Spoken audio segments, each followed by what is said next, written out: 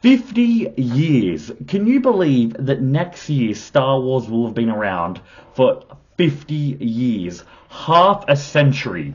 It is absolutely crazy that this franchise that we love so much has been around for so long. I almost fell out of my goddamn chair when I realized that fact. And it made me want to rewatch the whole show again, which I'm doing. Just finished the original three, and now I've just watched The Phantom Menace. And I had to make a video on it. I had to stop. I paused the movie. I'm like, no, this is, I need to get on screen. I need to just gush about some of my favorite characters. Who better to start with than the mascot of Star Wars, Darth Vader? And that's such a weird character to think of as a mascot, but he is quite possibly the most iconic villain of all time, certainly in movie history. I don't think, regardless of your thoughts on him as a character, I don't think anyone can dispute that he's a top three in terms of just how iconic he is. You can't have the longevity of a Darth Vader and not reach that level of just standout, a household name. Everyone knows who he is just by looking at him. So let's get started. Let's talk about this man. What do we love about him? What does he represent? What does he mean? What is his impact on the story? And I want to start off in the beginning. I want to start off by covering his past. Now, this video is mainly going to be about Darth Vader, not so much Anakin. We're only going to touch on Anakin a little bit when we talk about where Darth Vader came from to where he ended up. Because his character journey is one of the craziest just of all time in any medium, in any fiction. He starts off as a child that has been conceived through midichlorians in a Jesus-like fashion. He then gets born into slavery, is a kind of a boy genius in terms of engineering and mechanics and piloting. He gets thrown into, as much as I love the Jedi, it's not wrong to call them a religious cult in some respects, but, you know, to keep it nice and, you know, not attacking the Jedi Order, he gets thrown into a religious organization that calls themselves peacekeepers, that is forced to then discard that to then become warriors. He joins them and gets burdened with the responsibility of being the chosen one while also being a pariah to certain members in the Jedi Council. He is then shows sheer raw talent, the likes of which he's never seen before. He gets burdened with having to lead at a very young age and be a hero, to be in a mascot, literally in Star Wars, for the Jedi Order. He's forced to see his loved ones and friends die. He's forced to take on the burden of, you know, saving planets each and every goddamn episode, if you look at the animated Clone Wars series. He has his struggles with Obi-Wan. He struggles with having to keep his relationship with the woman he loves under wraps. He ends up then being manipulated from, as soon as he got to the Coruscant, to the Jedi Council, he's been manipulated by essentially the devil of the Star Wars universe to become the perfect puppet that Palpatine wants him to be. Through this manipulation, he is then not forced, but he's led down the path to slaughter children, to slaughter friends, to slaughter the very ideals he once fought so strong to protect. He ends up harming the love of his life. He believes that he's responsible for killing his children. He gets mutilated, then brought back into a 7-foot metal suit. He then gets forced back into slavery through the machinations of Emperor Palpatine, to then be his guard dog, to be his enforcer for 20 years. He's then forced to confront and fight his son, which he didn't know that he had, that he thought he had killed. He's then he then mutilates his son the way he was mutilated. Then he's then eventually redeemed by his son. He finally kills the man that has suppressed him his whole life, and then dies with a smile on his face in a very D-like fashion, if you've watched One Piece, and dies in his son's arms, finally being redeemed. That is the Cliff Note version of Anakin Skywalker / Darth Vader's life. And just on those Cliff Notes, and I've missed things out, Is there any character that you can think of that has been on such a journey of so many different stages on his life, and for the life to be so tragic yet beautiful in the same respect with how it all ended? Darth Vader. Darth Vader's life is what makes him so iconic in my mind. No, I'm going to rephrase that. Darth Vader in the first trilogy of movies made himself iconic. It was the prequels and the animated series that formed Anakin Skywalker's character that made Darth Vader as a whole one of the most interesting characters in all of cinema history, in my mind.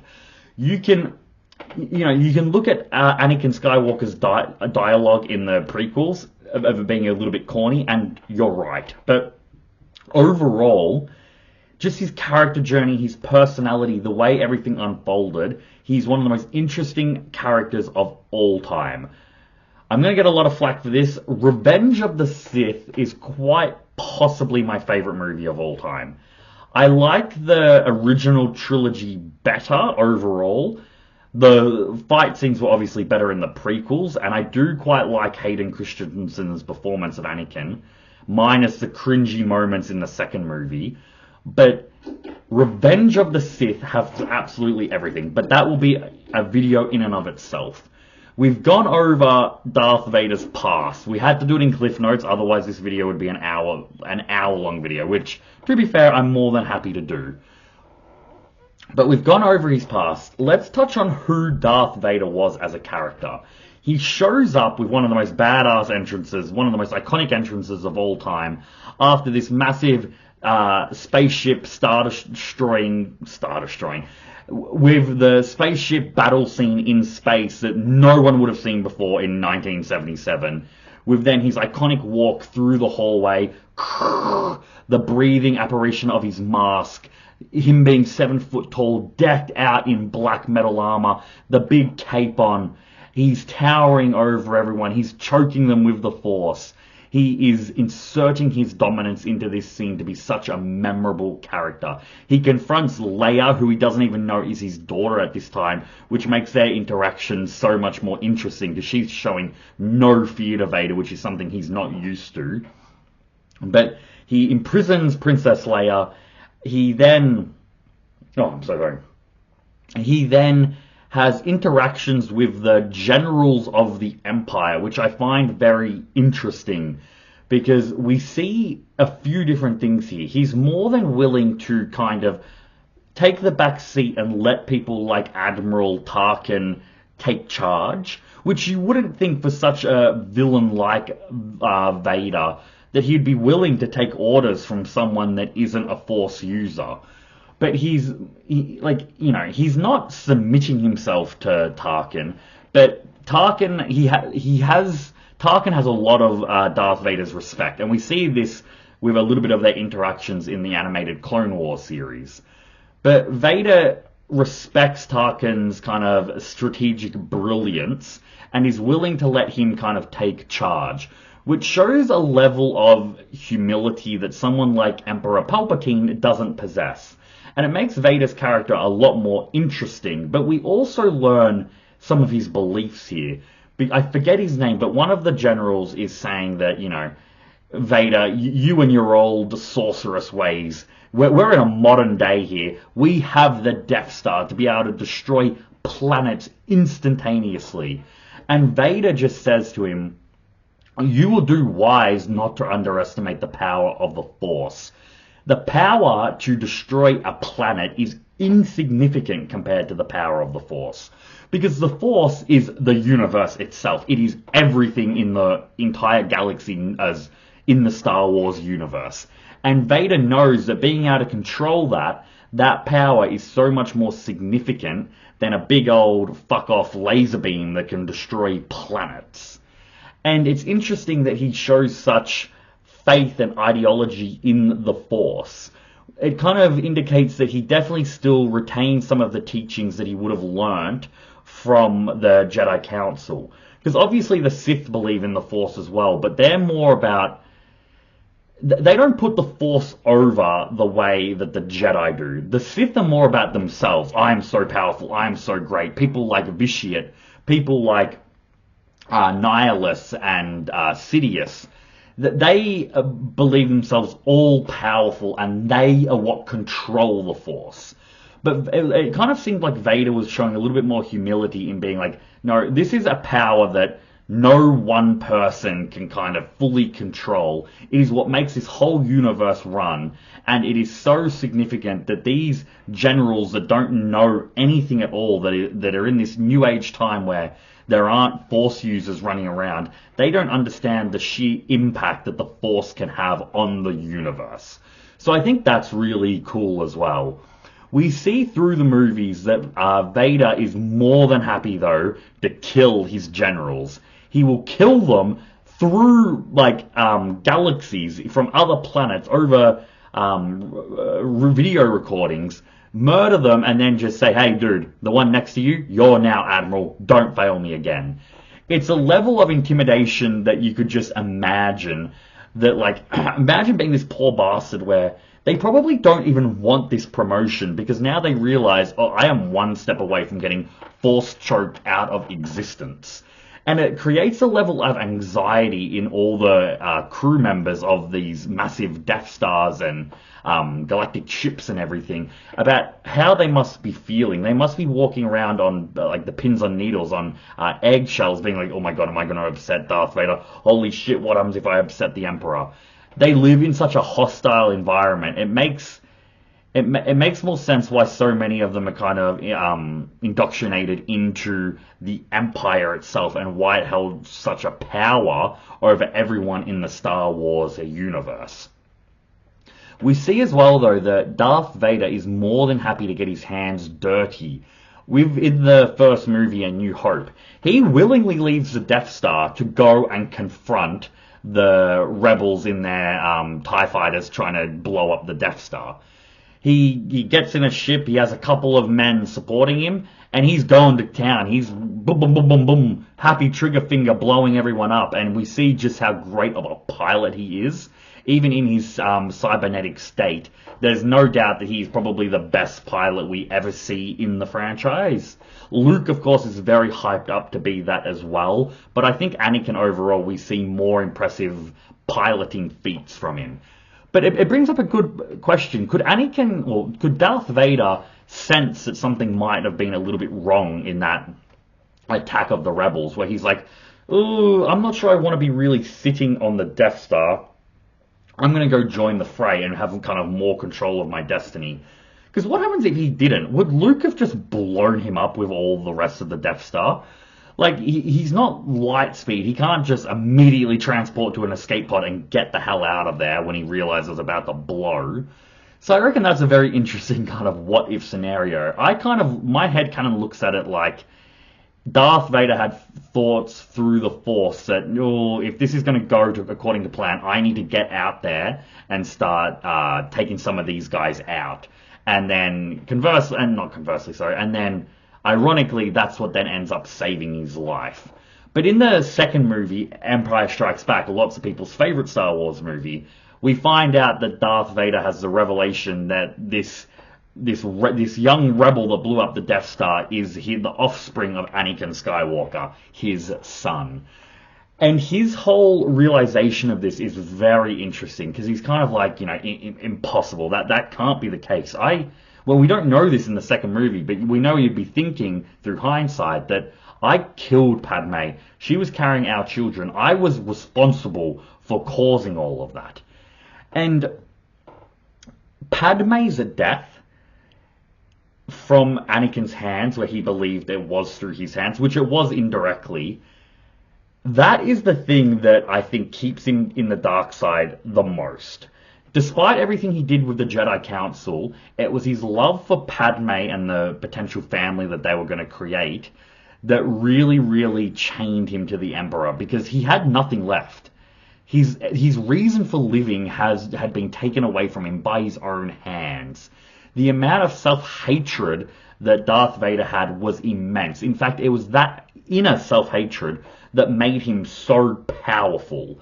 Lots of Sith hate hate, the way they were raised, hate the way that they were living, and they use that hate to, fuel their dark side force energy. But Darth Vader, it's all internal, and that I think even makes it stronger because it's coming from him. I think it's why he's such a formidable Sith Lord. And I think it's such an interesting character trait that George Lucas decided to give him, that all his hatred is coming from inside, and that he lives this, the way he goes from slave to the leader of the free men in a lot of ways, to then a slave again, and to then finally be redeemed in his final moments, I find quite Shakespearean and quite impressive character writing for that character as a whole. And it's what I mean by Shakespearean is that it's very tragic what happens to Darth Vader. He is a tragic hero. And he's my favorite example of a hero that ends up falling down a dark path. We see it a few times in fiction. He's my favorite version of it of all time. When he finds out that Luke is actually alive, that's the flicker that gives him the chance to return to the light side of the Force. That feeling that Luke feels that Vader isn't all bad, that is not just primarily, it is the only thing, his love for Luke is the only thing that really is there for him anymore that's left. And that wasn't there before he found out Luke was alive. And I wonder, obviously in the games it goes into this a little bit more, but in the movie canons, I wonder when it was Darth Vader thought about overtaking the Emperor. Because we know that he mentions to Luke that, if you join me and you, we can take down the Emperor. Did he always have these thoughts, or was he kind of resigned to his fate in the movies of being just the Emperor's servant, his enforcer, his tool of destruction? And was it Luke's involvement that far out, maybe we can create kind of like a family dynasty here. Maybe if he joins the dark side, I'll be able to have a relationship with him. Because there's no way Luke, of all people, this paragon of goodness, is going to accept me with all my flaws. But that's the great thing about Luke Skywalker, and that's what makes Vader so good, because he highlights these traits in his son Luke. Luke, despite all the terrible things Darth Vader has done, can zone in, can have the headlights on, zone in to the fact that there is still a tiny bit of goodness in my father. And as long as that goodness is there, I'm never going to give up on him. I don't care what I have to deal with.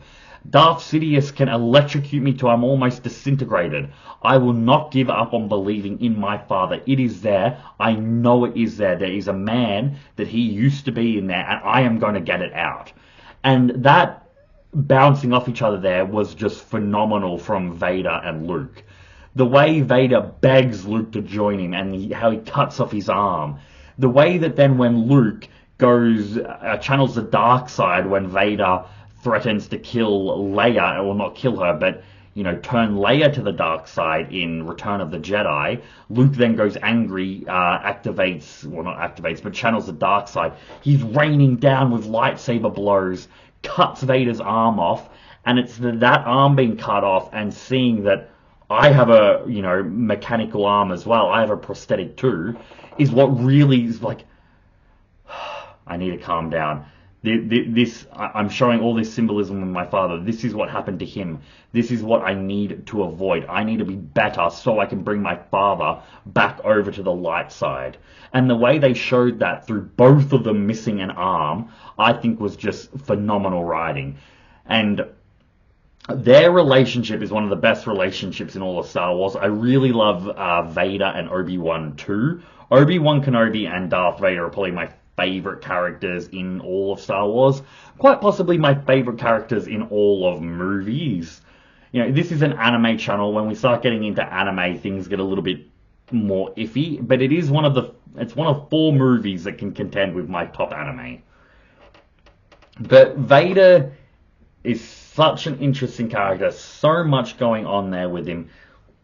The way he kills Darth Sidious, because he can't bear to see what's happening to his son. Seeing his son struggle so much just to save himself, He can't bear to see it anymore. He picks Darth Sidious up. As he's doing it, the lightning's raining down on him. The electricity is completely rupturing him from the inside.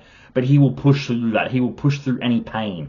This is what his life is accumulating in. He has suffered all this pain, all this heartache, all this suffering that other people could only dream of. And he uses that to push himself through being electrocuted, to throw Darth Sidious down the shaft, and finally fulfill his destiny of, as the prophesized one, to return balance to the Force. It is finally reached full circle. The man, it reaches full circle in more ways than one, because it's very much speculated that, I think it's only speculated, it might be fact, or pretty much fact, but not written down confirmation. Darth Plagueis was the one that manipulated the midichlorians, because he was one of the only ones, or if the only one who could do that, to create Anakin. And Darth Plagueis was Darth Sidious's master. So literally, the master of Anakin's master first freaking created him, and he was then born into slavery, and then that man's apprentice, Darth Sidious, brought him back into slavery, and then Anakin frees himself finally through the help of Luke by finally killing his tormentor, Darth Sidious, the man that ruined Anakin's entire life. It was so, so beautiful and so, so well done. Now, we're going to explore his powers at the end of this. This is an anime channel. We love talking about powers. For right now, we're just going to stick with the movie continuity. I have read some of the comics and played some of the games, but I know more about the movies. I don't consider myself someone with enough knowledge to really talk on the comments with, certainty. But with what we see in the movies, we see that Darth Vader can force choke people across galaxies from other planets just by seeing them. His physical strength is augmented so much, not only through the Force, but through his suit, that he's quite possibly the physically strongest Jedi/Sith that we see in the entire series. He's able to, even though his mobility has been severely reduced, he's able to throw his lightsaber to, take down massive scaffolding. So he has some sort of versatility to his attacks. He has incredibly powerful force pulls and pushes, being able to bring ships back down from taking off. He's able to stop lightsabers with the Force. He's able to absolutely bully Inquisitors without even drawing his lightsaber. He can absorb blaster bolts with effortless ease. He can take on immense amounts of damages, even though his resilience and his durability is a little bit weak to certain things like Sith lightning. He's still got an incredible resistance in other ways, like impact damage and sword slices and blaster bolts and things like that. He can take these and still continue fighting. He can fight Luke for an extended period of time. He is just one of the most badass villains that we see in the show. It is said that he is 80% as strong as Darth Sidious. That was just a random stat that George Lucas gave us. And it makes sense. I would say that he is around that ballpark. It's one of those things that where if he didn't get injured on Mustafar and he reached his full potential, he probably would have been unquestionably the strongest man in the entire series, bar maybe Legends Luke. I know I said I wouldn't go into it much, but he might get to that Anakin level. We'd never really know because unfortunately we never see him at his true potential. But yeah, such a powerful character, so formidable. The way everyone is so terrified of him, it is just a fantastic character, Darth Vader. I would love to do a more in-depth video on just how strong he was, where we kind of just focus on that. But this is more of a character analysis video, gushing about just what a phenomenal character Darth Vader was. Probably my favorite Sith ever. I know that might be a little bit basic bitch kind of thing to say, but he is so good. He's such a well-written character. I think that he is the most iconic villain of all time just from the trilogy of movies. The first trilogy of movies. I think after the prequels come out, and after a little bit more even extended information about him is found out through the animated series and, you know, things like Ahsoka and Obi-Wan Kenobi series and stuff like that, Andor and everything, Rogue One, sorry, that he goes from not just being one of the most iconic characters, but being one of the best written characters of all time, regardless of good guy or bad guy. He covers both extremes there. He's the man, and I had to come on and gush about him. Everyone, I want to do more Star Wars content on this channel. I absolutely love it. So let me know down in the comments if there's any Star Wars characters that you want to see. I'll drop it down in the comments as well. I want suggestions. Who should I go into next? Should it be in a character analysis format, or should it be like, how strong is that person? Either way, it's been a pleasure making this video tonight. Have a lovely day, guys.